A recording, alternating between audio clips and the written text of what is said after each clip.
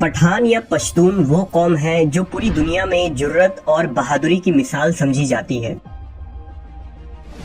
تاریخ شاہد ہے کہ یہ نہ تو کسی بادشاہ سے ڈرتے ہیں اور نہ ہی ان پر کسی ظالم حکمراں کا خوف طاری ہوتا ہے۔ یونانی، ایرانی اور تاریخ کے کئی اقوام نے پٹھانوں کو زیر کرنے کی کوششیں کی، مگر سارے ناکام رہے۔ نصف دنیا فتح کرنے والا سکندر اعظم نے بھی جب افغانستان میں قدم رکھا تو پٹھانوں نے دنیا کے سب سے منظم فوج اور بادشاہ الیگزینڈر کو دھول چٹا دیا اور انہیں مقدونیہ واپس جانا پڑا۔ پٹھانوں کی بہادری کی مثال 19ویں صدی کی جنگیں ہیں، جس میں سوویت یونین کو پٹھانوں کے آگے گھٹنے ٹیکنے پڑے۔ ایک تازہ ترین مثال پچھلے دنوں امریکی فوج کی شکست ہے، جس میں دنیا کے سپر پاور کو ان پٹھانوں نے ایسا زیر کیا کہ جسے تاریخ میں ہمیشہ یاد رکھا جائے گا۔ آخر یہ پٹھان کون ہے؟ یہ کس نسل سے تعلق رکھتے ہیں؟ کیا پٹھان کسی نبی کی اولاد ہیں؟ ان کا اس قدر بہادر اور جرت مند ہونے کی وجہ کیا ہے؟ ان تمام سوالوں کے پیچھے کون سی دلچسپ تاریخ رقم ہے؟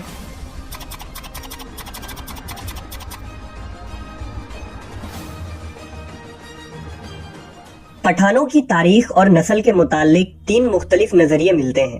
بعض کہتے ہیں کہ پٹھان آریائی نسل سے تعلق رکھتے ہیں، بعض کے نزدیک یہ قیس عبد الرشید نامی شخص کی اولاد ہیں جو حضور صلی اللہ علیہ وسلم کے ایک صحابی تھے، اور تیسرا نظریہ جو خود پٹھان تسلیم کرتے ہیں وہ یہ ہے کہ پٹھان قوم کا تعلق بنی اسرائیل کے گمشدہ قبائل سے ہے۔ ہم اس ویڈیو میں ان تمام نظریات کا تحقیقی جائزہ لیں گے۔ پٹھانوں کے روایات کے مطابق قیس عبد الرشید عرف پٹھان قوم کا مورث اعلیٰ ہے۔ قیس کو پٹھان اپنی زبان میں کچھ کہتے ہیں۔ قیس عبد الرشید وہ پہلے پشتون شخص تھے جنہیں عرب میں محمد صلی اللہ علیہ وسلم کی آمد کی خبر ہوئی تھی، لہٰذا جب قیس اپنے قوم کے لوگوں کے ساتھ مدینہ پہنچے اور حضور کے بارگاہ اقدس میں حاضر ہوئے تو نبی نے اس جماعت کے ساتھ شفقت فرمائی اور ہر ایک سے اس کا نام پوچھا۔ پھر حضور نے فرمایا کہ قیس عبرانی نام ہے، لہٰذا آپ صلی اللہ علیہ وسلم نے اسے بدل کر عبد الرشید رکھ دیا۔ حضرت قیس اور ان کے قبیلے کے لوگوں نے اسلام قبول کر لیا اور اس طرح انہیں پہلے پشتون صحابی ہونے کا شرف حاصل ہوا۔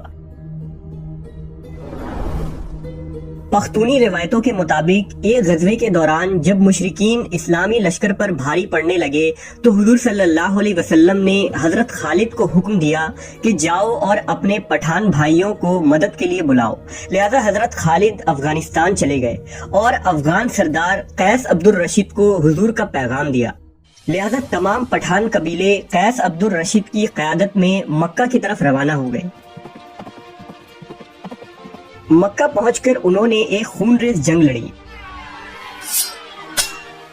شام کو صحابہ کرام نے حضور کو یہ خوشرنجی سنائی کہ افغانی لشکر نے مشرکین کو شکست دے دی ہے اور ہماری فتح ہوئی ہے۔ حضرت خالد بن ولید نے ملک عبد الرشید کی بہادری کے واقعات حضور کو بتائے تو آپ کی زبان سے برملا یہ الفاظ جاری ہوئے کہ اللہ اس کی آل و اولاد کو فروغ بخشے گا، اس کے قبیلے کی تعداد اور طاقت سب سے زیادہ ہوگی۔ پھر نبی صلی اللہ علیہ وسلم نے فرمایا کہ مجھے وحی کے ذریعہ آگاہ کر دیا گیا ہے کہ اس کی خدمت کے لیے اس قبیلے کی کثرت و استحکام کو وہی حیثیت حاصل ہوگی جو کہ کشتی یا جہاز کے نیچے والی لکڑی کی ہوتی ہے جس پر جہاز کی عمارت استوار ہوتی ہے۔ حضور نے بارگاہ خداوندی میں دعا کی کہ اس مرد کی نسلوں سے ایک عظیم قبیلہ پیدا ہو جس کے افراد قیامت تک سلامتی اور ایمان کے ساتھ شریعت اسلام پر ثابت قدم رہیں۔ رخصت کے وقت حضرت خالد کی درخواست پر ایک انصاری صحابی کو قیس عبد الرشید کے ہمراہ کیا گیا تاکہ وہ کوہستان غور کے علاقوں میں لوگوں کو شریعت کی تعلیم دے۔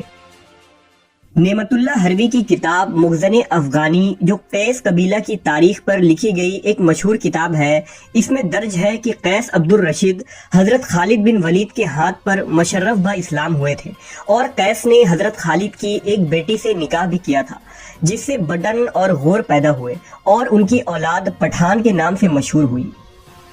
نعمت اللہ ہروی نے لکھا کہ کتب حدیث سے اس خبر کی تصدیق نہیں ہوتی ہے، لیکن دوسری تاریخی روایتوں سے سندھ اور افغانستان سے وفد کا مدینہ آنا اور اسلام قبول کرنا ثابت ہے۔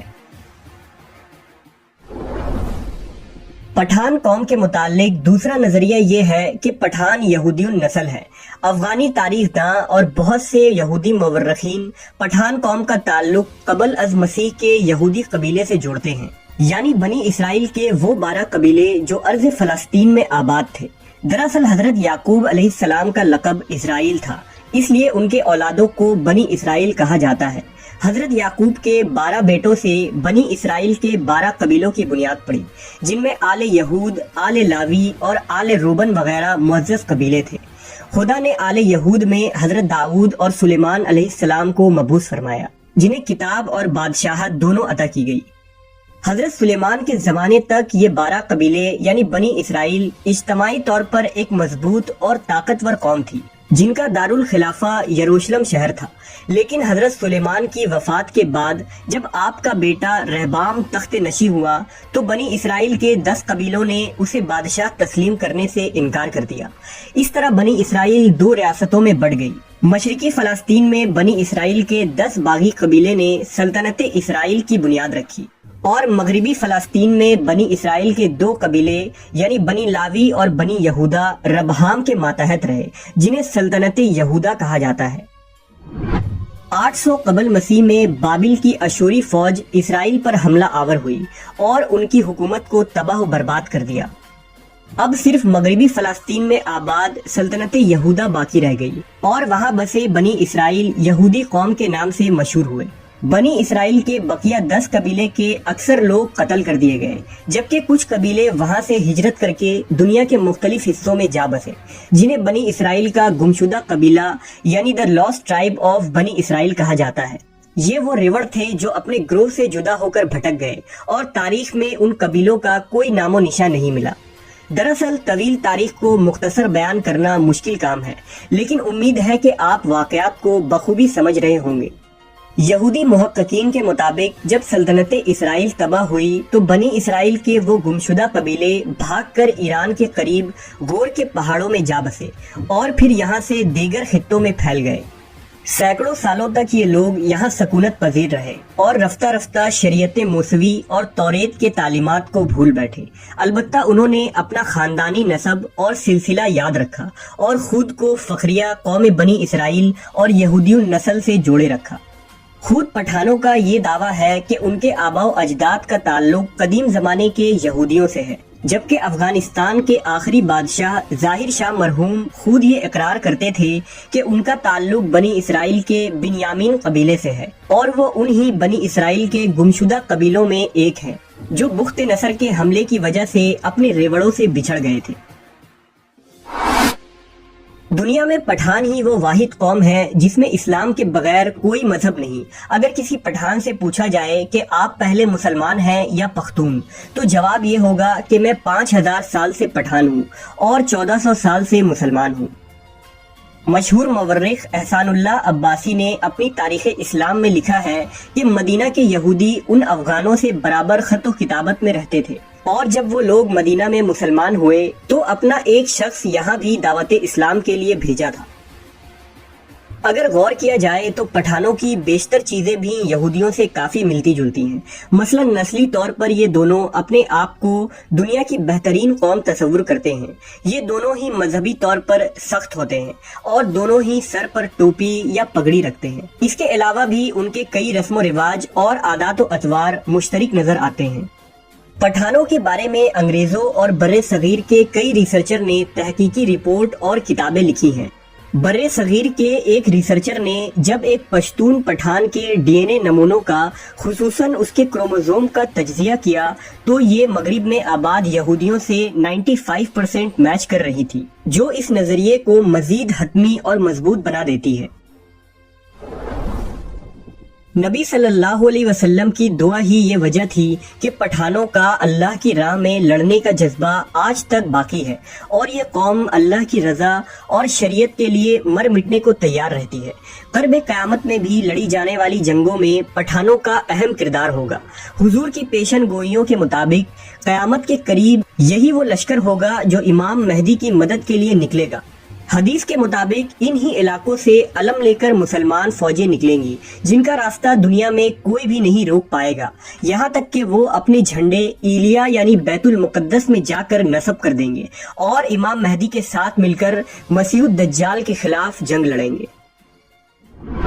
آج پٹھان خود کو یہودی النسل کہنے پر فخر کرتے ہیں اور ہر پٹھان کا یہودی النسل سے ہونا قابل فخر بات ہے، کیونکہ وہ یہودی نسل سے تعلق رکھنے کے باوجود نبی صلی اللہ علیہ وسلم پر ایمان لے آئے۔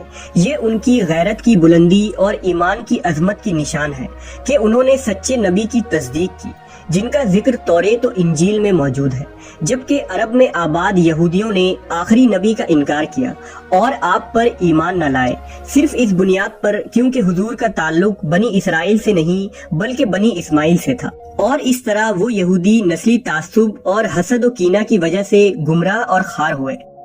بلا شبہ نسل، رنگ اور زبان انسان کے لیے تب ہی قابل فخر ہے جب وہ صراط المستقیم پر گامزن ہو اور سچے معبود اور سچے نبی پر ایمان لائے۔